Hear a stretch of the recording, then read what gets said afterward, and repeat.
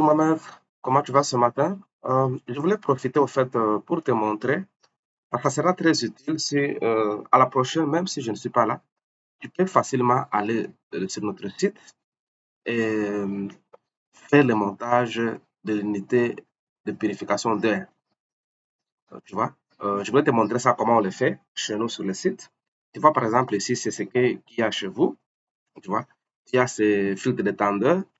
Euh, il ne se présente pas en bon terme. Je vois là même là, je ne sais pas s'il est opérationnel ou bien comment. Lui, c'est juste le filtre de tendeur. Là, il y a le filtre de tendeur plus le lubrifiant pour l'huile. Et puis là, il y a aussi l'autre là, le tout petit. Tu vois, même en regardant qu'il y a de l'eau, c'est pas opérationnel. Donc, c'est plus facile. Il y a l'autre là, avec le lubrifiant. Donc, je voulais maintenant te montrer comment tu peux toi-même aller sur notre site et faire la configuration. Je vais aussi te montrer quelle est la meilleure pratique. Si tu regardes ici en bas, je t'avais montré que non, quelle est la bonne pratique pour la préparation de l'air comprimé.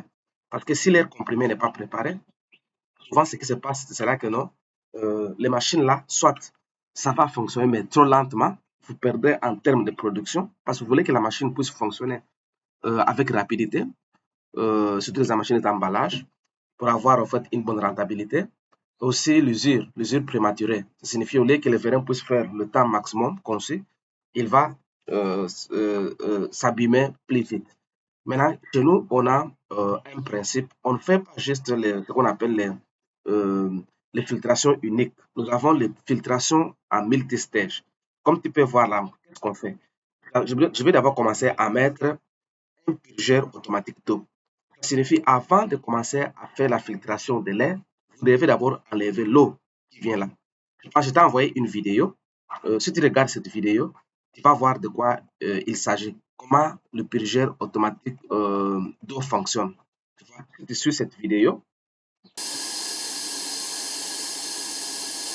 vois que non, mon tube là-bas, à droite, quand le purgeur automatique fonctionne.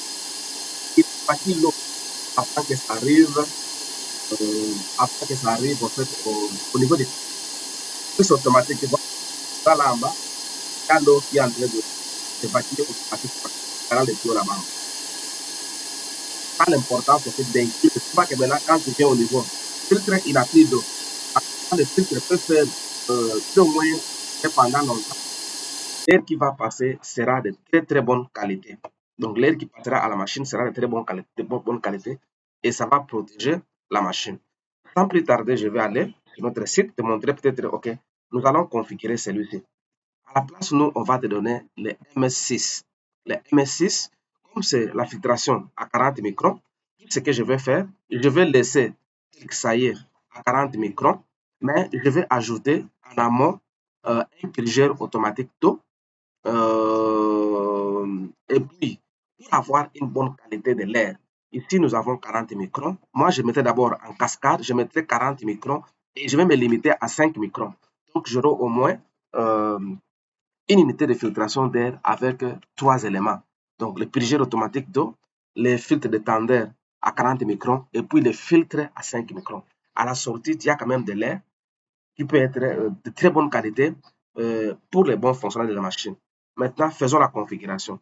Pour le faire, c'est très simple. Avec ton ordinateur, tu ouvres une page à l'Internet, sur Google ou que ce soit, sorry. Maintenant, tu tapes www.festo.fr pour avoir la page en français. Donc, c'est www, tu vois comme ça se présente là-bas, www.festo.fr. Et puis, tu vas cliquer. Une fois que tu cliques sur, ça n'a pas, voilà, je pense que je dois aller ici. Voilà, www.festo.fr. Ça t'amène à la page, à notre page Festo ici. De quoi tu peux bénéficier? Maintenant, nous voulons faire la configuration des filtres de tendeur MS6. Dans les moteurs de recherche, tu vois, il y en a déjà. Donc, tu vas taper le MSP6. Le B, c'est ce qui te permet de faire la configuration. Une fois que je clique, tu tapes le MSB6, ça te donne les options que tu as. Tu vois, il y a déjà même une combinaison qu'on appelle MSB6 et FARC. Ça signifie celui-là, c'est juste le filtre de tendeur et le lubrifiant.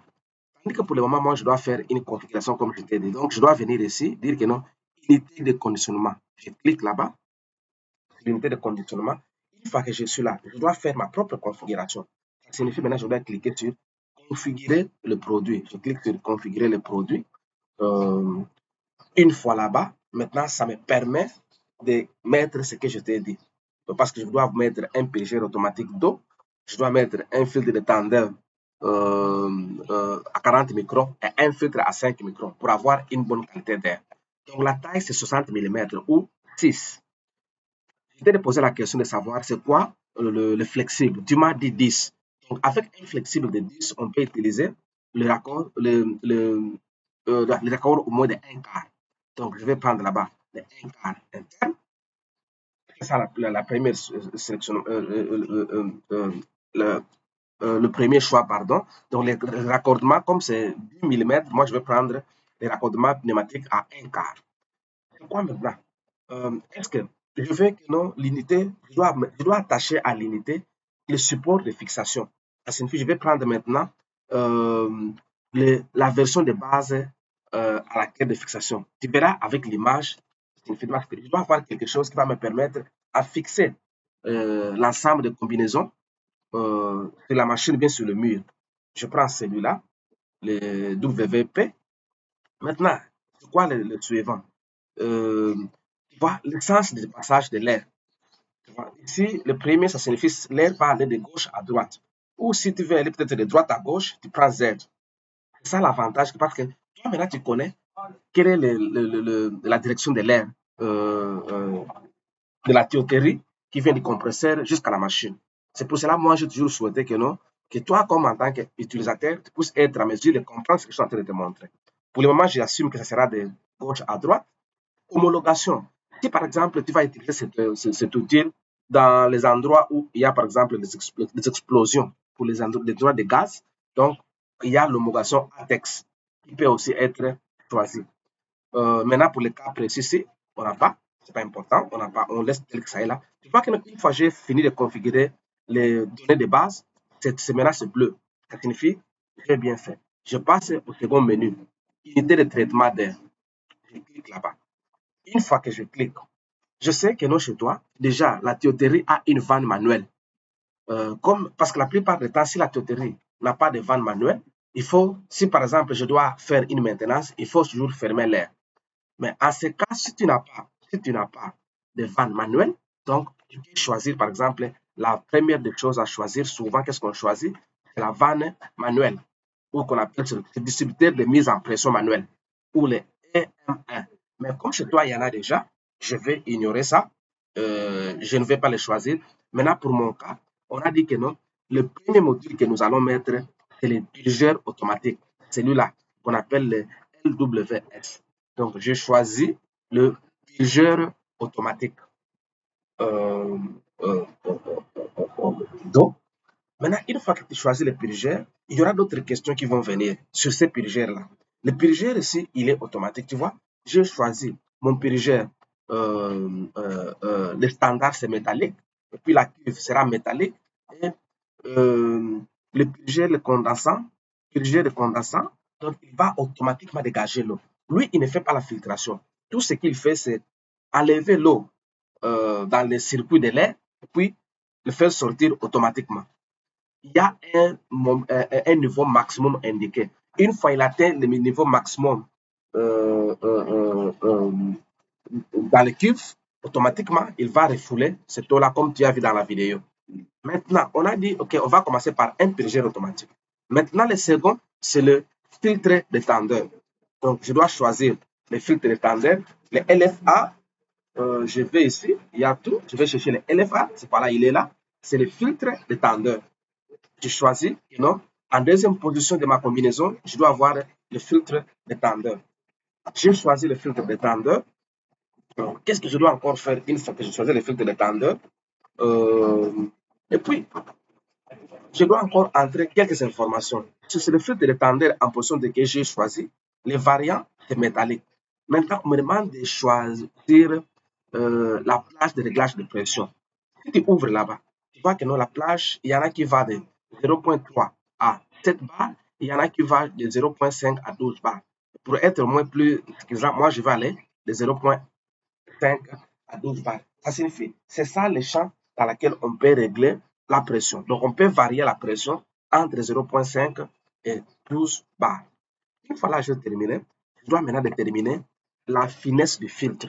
La finesse, l'avantage des MS série, la finesse du filtre ici, je dois prendre, on s'est dit que non, en premier lieu, comme je dois faire une filtration en cascade, je dois prendre les 40 microns. Donc, je prends 40 microns, c'est ça la finesse du filtre au moins. Donc, tout ce qui est déchet qui est au moins supérieur à 40 microns ne peut pas passer ce filtre. Ça doit être en fait arrêté à ce stage-là. Cuve. Cuve, comme nous sommes chez vous, j'ai vu, il y a les produits chimiques. Moi, je pense qu'il faut aller avec les cuves plastiques. Tout ça, c'est les cuves en fait de polymère. Donc, le polymère, c'est mieux. Comme ça résiste plus à la corrosion. Comme chez vous, c'est plus de produits chimiques. Je vais prendre des cuves en polymère ou plastique. C'est ça, en fait, on parle. C'est plus résistif, en fait, produits chimiques. J'ai terminé là-bas. Et puis, qu'est-ce qu'ils ont encore choisi? Les purgères. Les purgères aussi, j'ai vu que là, vous faites plus le savon en poussière. Des fois, ce savon-là, des fois, ça peut aller en l'air. Si je choisis un purgeur automatique ici, il y a un risque à ce que non, avec le temps, que les savons puissent au moins s'accumuler quand à chaque fois, ça va ouvrir automatiquement. C'est pour cela que je préfère choisir en fait le cuve manuel. Ça signifie, après peut-être une semaine, il va voir le niveau d'eau, si c'est là augmenté, quelqu'un doit aller là-bas pour manuellement ouvrir et évacuer la saleté et l'eau qui va s'accumuler en bas du cuve. Donc ici, pour le cas précis, si c'était pour l'industrie, par exemple, agroalimentaire, là où il n'y a pas beaucoup de poussière, je peux choisir automatique. Mais comme chez vous, il y a beaucoup de poussière avec la poussière de savon, je préfère aller manuel. Ça signifie que je choisis le purgeur de condensat. De condensat, c'est manuel. Je vois comme c'est ma connexion. Voilà, regarde déjà. Donc, maintenant, ma configuration commence déjà à s'afficher. Je suis en train de configurer un produit. Je commence à mettre un purgeur automatique d'eau. Je viens de mettre un filtre d'étendard qui varie de 0,5 à 12 bars. Et le, le, euh, le condensat là-bas, en fait, nous avons pris manuel. Donc, je finis. Maintenant, qu'est-ce que je dois mettre? J'ai dit que non, je voulais mettre 3 unités pour cette application-là. Maintenant, en troisième position, je vais juste mettre un filtre. Le filtre, juste un filtre, c'est ce qu'on appelle chez nous. Quand tu ouvres, c'est le LF. Si tu parles en bas, je vais juste mettre un filtre LF. Je clique sur ce filtre. Ça sera la même opération comme ce que nous avons fait avec le filtre d'étendard. La seule différence avec le filtre est que non, ici, on ne va pas régulariser la pression. Le filtre, c'est juste a comme mission d'éliminer la saleté. Souviens-toi, nous avons éliminé seulement les déchets allant jusqu'à 40 microns. Maintenant, les déchets qui sont inférieurs à 40 microns sont passés. Maintenant, pour le bon fonctionnement de vos vérins, donc nous allons choisir, on a choisi un filtre. Les, le fitness de ce filtre-là maintenant, on a dit comme on a fait 40 microns, ici nous allons faire 5 microns. Tu vois, chez Festo, nous pouvons aller jusqu'à 1 micron, voire même jusqu'à 0,01 micron. Mais ça, c'est souvent, c'est par exemple, ça va au distributeur. Quand vous avez des distributeurs, ou bien vous avez des positionnaires, là, ce sont des outils pneumatiques qui sont très sensibles, qui ne veulent pas la saleté. Mais comme pour le cas précis, c'est juste pour les vérins. Et la plupart du temps aussi, quand tu regardes la fiche technique de votre vérin, on vous dira quelle doit être la finesse de l'air. Donc, pour ce cas, c'est pour cela que je vais juste me limiter à 5 microns parce qu'on n'envoie pas cette air ici aux éléments critiques. Mais si dans l'usine, vous avez des éléments pneumatiques critiques, comme les positionnaires, comme des distributeurs, là, on devait mettre au moins jusqu'à 0,01 micron. Tu dois encore choisir. Une fois de plus, tu dois choisir la cuve. moi, je dois choisir la cuve en polymère ou plastique, ce que je vais prendre pour ce cas précis. Je finis. L'idée de condensant, toujours comme le premier, je vais prendre manuel. Je t'explique parce que vous êtes dans une industrie où il y a beaucoup de poussière. Le savon, là, si on fait ça automatique, le temps qu'il ouvre, avant qu'il ferme, le savon peut commencer en fait, à s'accumuler et cela peut provoquer des fuites, euh, des fuites d'air. Donc, j'ai choisi la cuve en polymère, j'ai choisi le condensat en fait, qui est manuel. Tu vas voir que non, une fois que cela est fini, j'ai maintenant ma configuration là-bas.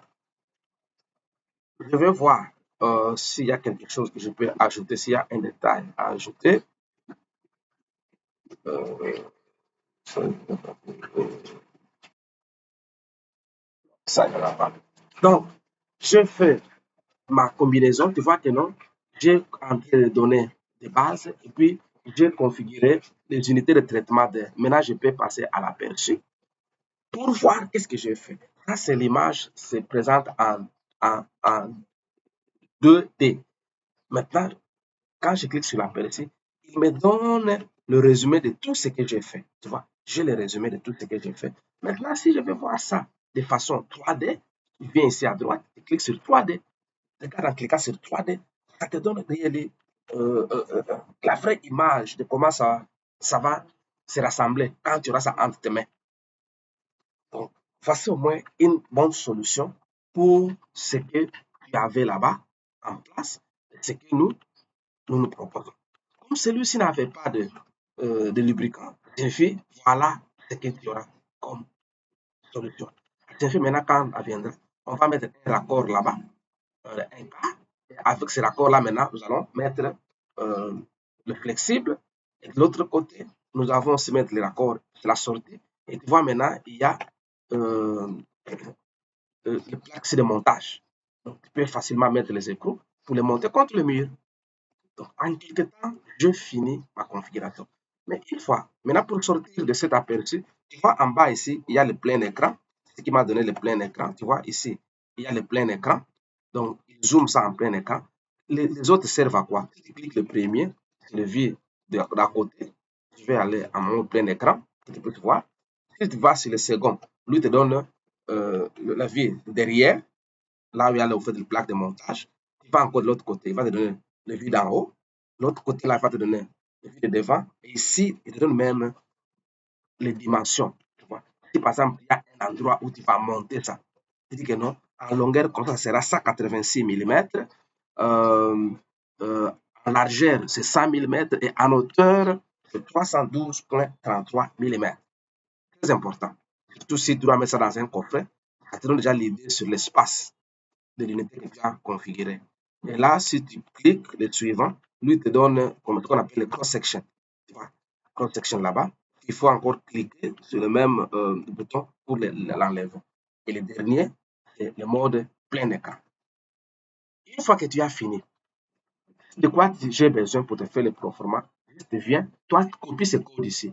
Tu copies ce code-là, tu m'envoies ça. Là, on peut en fait te faire les proforma. Nous, on a juste besoin de ce code. Tu vois, les codes là. Quand tu m'envoies le code MSB, donc le code ici inclut l'ensemble de tous les éléments que nous avons mis là à l'intérieur. Autre chose aussi qui peut être très intéressant, c'est la fiche technique. Si tu viens ici en bas, tu vois, en bas ici, si tu regardes, il y a là où c'est dit que non, pièce de rechange. Si tu cliques sur la pièce de rechange, ça va te donner l'ensemble de chaque. Quelles sont les pièces qu'on a fait entrer, qu'on a en fait configuré. Si je clique sur la pièce de rechange, tu verras, ça va te donner les différentes pièces qu'on a mis ensemble pour avoir notre configuration. Donc, nous avons un séparateur d'eau, nous avons le cœur de fixation. En fait, ici, on n'a même pas besoin. Ça signifie que tu peux l'enlever et le monter. On a juste deux écrous que vous allez mettre là pour les fixer à l'ordre. Le troisième, c'est le filtre mano détendeur. Quatrième, on a éclair de fixation. Cinquième, c'est le filtre de MS6. Et puis, tu as même le poids et la quantité de chaque pièce. Donc, je peux retourner là à la page précédente. La chose qui peut m'être utile ici, c'est quoi? C'est euh, documentation. Si tu cliques sur documentation technique, ça te donne en fait toutes les informations. Tu vois, tu peux voir la vie d'ensemble, liste de pièces et puis le schéma de circuit. Donc, tu peux télécharger ça. C'est gratuit. Sur notre page, c'est gratuit et tu peux l'utiliser comme tu veux. Mais la donnée la plus importante, en fait, c'est ce code ici. Le code ici de commande, tu copies, tu nous envoies. Là, nous pouvons être à mesure de vous faire le performant. Voilà, en bref, j'ai pour moi 20 minutes parce que je devais t'expliquer comment tu peux faire en fait ta propre configuration pour ce cas précis. Je vais te montrer par exemple, j'ai fait ça ici maintenant si tu vas configurer celui-là qui avait le lubrifiant, je dois juste revenir ici, je reviens là-bas, traitement, je vais changer, je laisse le reste tel qu'il est. Euh, la plupart du temps, il arrive que non, il y a besoin de l'air sans ça puisse passer par le lubrifiant. Tu peux mettre un module de connexion, mais si à la place, tu vas mettre un lubrifiant, ça signifie que je dois faire, je suis là, je dois ajouter ça comme module 4. Je dois toujours garder l'air bien purifié. Donc, je laisse le 3 là. Je viens ici au module 4, j'ouvre. Là, je dois ajouter quoi? Je dois maintenant ajouter un lubrifiant en fait de l'air. C'est le LFO. Sorry, le lubrificateur. Donc, il faut mettre de l'huile dans le système. Donc, je viens, je mets un lubrificateur à la fin de ma configuration. Il y a un autre où il y a le lubrificateur. Donc, l'autre qui n'a pas de lubrificateur, tu fais la première configuration. Celui-là qui a le lubrificateur, il faut ajouter. Là, c'est la même chose. Ça, on va nous demander de compléter la cuve. La cuve aussi, je vais prendre en polymère. Cuve polymère, le lubrificateur. Une fois que c'est fait, euh, tu vas voir que non, ça va ajouter à la configuration précédente. Donc, maintenant, j'ai la possibilité d'avoir un lubrificateur mis à jour encore. Après la mise à jour, euh, ça va maintenant me donner une nouvelle image. Une nouvelle image que tu vas voir. Nous allons voir ensemble. Je vais sur le plein écran. Voilà maintenant ce que nous avons fait. Ça signifie, nous avons un purgeur automatique d'eau, nous avons un filtre de tendeur de 40 microns, nous avons un filtre de 5 microns et nous avons un lubrificateur. Nous avons un lubrificateur. Voici au moins la meilleure façon de traiter l'air pour protéger vos machines pour en fait une longue durée. C'est un investissement, crois-moi, c'est très très capital parce qu'une fois que tu fais ceci, tu n'auras pas à changer tes vérins, tes actionnaires chaque fois. Si un vérin est conçu pour faire 1 million de tours, aller-retour, avec un tel système, vous pouvez au moins atteindre cet objectif. Tandis que quand vous ignorez ça, vous mettez juste, parce que la plupart du temps, vous mettez juste les monofiltrations. Vous avez seulement un filtre de tendeur de 40 microns. Tu vas voir que non, comme l'air n'est pas de bonne qualité, vos vérins, tout ce qui est équipement pneumatique ne va pas durer. Je pense que cette vidéo va t'aider à la faire toi-même à la prochaine. Merci beaucoup. Si vous avez des questions, n'hésitez pas à me contacter et on sera là en fait pour vous assister. Merci et bonne journée. Fidèle.